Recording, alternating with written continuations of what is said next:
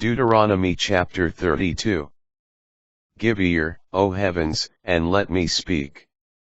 Let the earth hear the words of my mouth. May my teaching soak in like the rain, and my utterance drench like the dew. Like a downpour upon the grass, like a shower upon the crops. For I will proclaim the name of the Lord. Praise the greatness of our God. The rock, how faultless are his deeds. How aright all his ways. A faithful God, without deceit. Just and upright is he. Yet his degenerate children have treated him basely. A twisted and crooked generation. Is this how you repay the Lord? So foolish and unwise a people? Is he not your Father who begot you? The one who made and established you? Remember the days of old. Consider the years of generations past. Ask your father, he will inform you. Your elders, they will tell you. When the Most High allotted each nation its heritage. When he separated out human beings. He set up the boundaries of the peoples, after the number of the divine beings. But the Lord's portion was his people. His allotted share was Jacob. He found them in a wilderness, a wasteland of howling desert. He shielded them, cared for them, guarded them as the apple of his eye. As an eagle incites its nestlings, hovering over its young. So he spread his wings, took them, bore them upon his pinions. The Lord alone guided them. No foreign god was with them.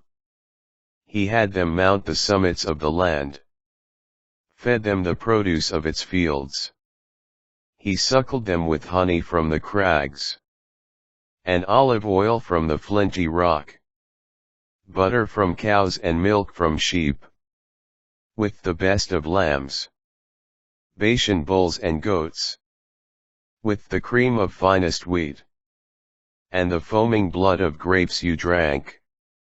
So Jacob ate and was satisfied. Jeshurun grew fat and kicked. You became fat and gross and gorged. They forsook the God who made them, and scorned the rock of their salvation. With strange gods they incited him. With abominations provoked him to anger. They sacrificed to demons, to no gods. To gods they had never known. Newcomers from afar, before whom your ancestors had never trembled. You were unmindful of the rock that begot you. You forgot the God who gave you birth. The Lord saw and was filled with loathing, provoked by his sons and daughters. He said, I will hide my face from them, and see what becomes of them. For they are a fickle generation, children with no loyalty in them. Since they have incited me with a no God, and provoked me with their empty idols, I will incite them with a no people. With a foolish nation I will provoke them.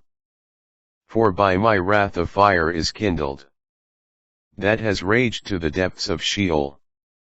It has consumed the earth with its yield, and set on fire the foundations of the mountains. I will heap evils upon them, and exhaust all my arrows against them. Emaciating hunger and consuming fever, and bitter pestilence, and the teeth of wild beasts I will send among them, with the venom of reptiles gliding in the dust. Out in the street the sword shall bereave, and at home the terror, for the young man and the young woman alike, the nursing babe as well as the gray beard. I said, I will make an end of them, and blot out their name from human memory. Had I not feared the provocation by the enemy, that their foes might misunderstand, and say, "Our own hand won the victory." The Lord had nothing to do with any of it. For they are a nation devoid of reason, having no understanding. If they had insight they would realize this. They would understand their end. How could one rout 1,000? Or two put 10,000 to flight? Unless it was because their rock sold them. The Lord delivered them up. Indeed, their rock is not like our rock. Our enemies are fools. For their vine is from the vine of Sodom, from the vineyards of Gomorrah. Their grapes are grapes of poison, and their clusters are bitter. Their wine is the venom of serpents, the cruel poison of vipers. Is not this stored up with me, sealed up in my storehouses? Vengeance is mine and recompense, for the time they lose their footing, because the day of their disaster is at hand, and their doom is rushing upon them. Surely, the Lord will do justice for his people. On his servants he will have pity. When he sees their strength is gone, and neither bond nor free is left, he will say, "Where are their gods? The rock in whom they took refuge, who ate the fat of their sacrifices, and drank the wine of their libations." Let them rise up now and help you. Let them be your protection. See now that I alone, am he, and there is no God besides me. It is I who bring both death and life, I who inflict wounds and heal them, and from my hand no one can deliver. For I raise my hand to the heavens, and will say, as surely as I live forever. When I sharpen my flashing sword, and my hand lays hold of judgment, with vengeance I will repay my foes, and requite those who hate me.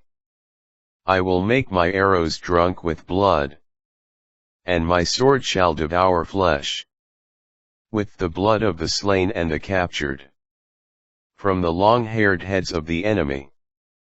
Exult with him, you heavens. Bow to him, all you divine beings. For he will avenge the blood of his servants. Take vengeance on his foes. He will requite those who hate him, and purge his people's land. So Moses, together with Hoshea, son of Nun, went and spoke all the words of this song, in the hearing of the people. Final appeal. When Moses had finished speaking all these words to all Israel, he said to them, "Take to heart all the words that I am giving in witness against you today. Words you should command your children, that they may observe carefully every word of this law. For this is no trivial matter for you, but rather your very life.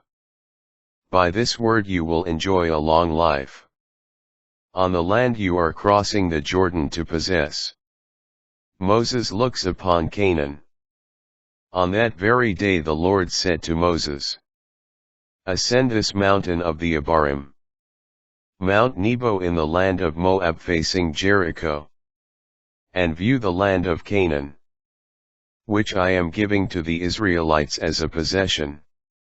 Then you shall die on the mountain you are about to ascend, and shall be gathered to your people, just as your brother Aaron died on Mount Hor, and there was gathered to his people, because both of you broke faith with me among the Israelites at the waters of Meribah Kadesh, in the wilderness of Zin.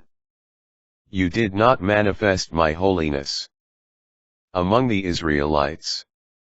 You may indeed see the land from a distance, but you shall not enter that land, which I am giving to the Israelites.